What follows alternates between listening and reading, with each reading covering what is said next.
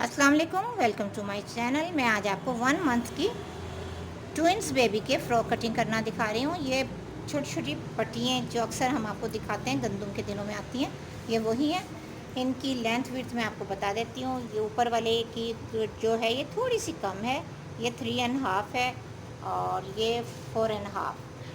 जो 4.5 है वो हम नीचे की फ्लेयर लेंगे। 18 इंच की विड्थ है, और ऊपर वाले की 14 इंच। इस तरह से ये मैंने डबल फ्रिल दोनों ही फ्रॉक्स की ले ली। ये कम वाला हिस्सा ऊपर और ये नीचे आएगा। फिर उसके बाद इसको एक और को हमने डबल पट्टी कर ली, और लेंथ इसकी टोटल हमने रखनी है 3.5, और विड्थ रखूँगी फ्रंट की 9 इंच और बैक की रखूँगी 11 इंच। इस तरह से। और ये हमने स्टेप वाला फ्रॉक बनाना है छोटी सी बेबी का। डबल, इसे भी डबल किया, इस तरह से। चाहे आप इस साइड से कटिंग कर लें, चाहे इस साइड से। आर्म होल नेक लाइन की 3.5 की। ये देखिए, ये शोल्डर में रखूँगी टोटल 2 इंच। आप 1.5 भी रख सकती हैं, लेकिन सिलाई के बाद इसमें से बहुत कम नेक लाइन बचेगी। और ये चीज़ हमने करनी है 1 इंच। ये देखिए, इस तरह से, सिर्फ आर्म होल की निशानी के तौर पर।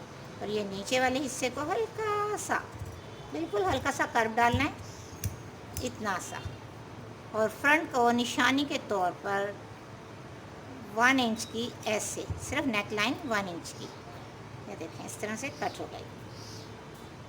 और ये दोनों ही पीसीस हमारे फ्रंट बैक के ऐसे कट हो गए।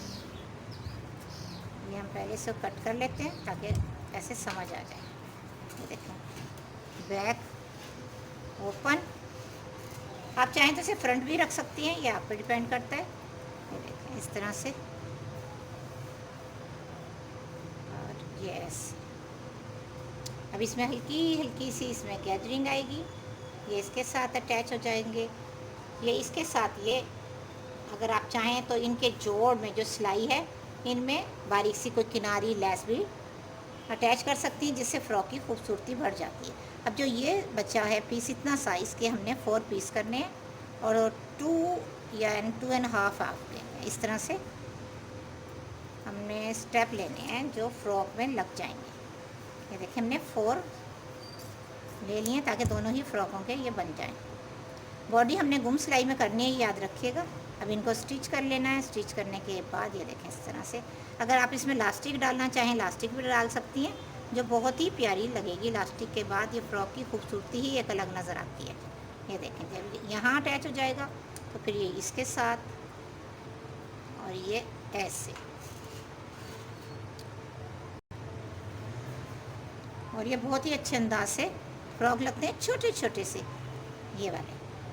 अगर आपके पास थोड़ा सा और एक्स्ट्रा कपड़ा हो तो इसकी छोटी छोटी सी आप वो बना के भी फ्रॉक पे लगा सकती हैं, जो स्टाइलिश फ्रॉक बन जाते हैं। नहीं तो आप हल्की सी बुकरम लगा के इसको कोई भी शेप दे सकती हैं डिज़ाइनिंग की।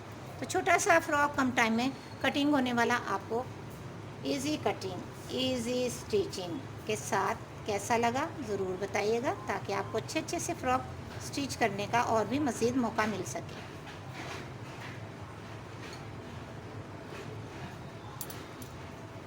ठीक है, ओके जी, अल्लाह हाफिज़।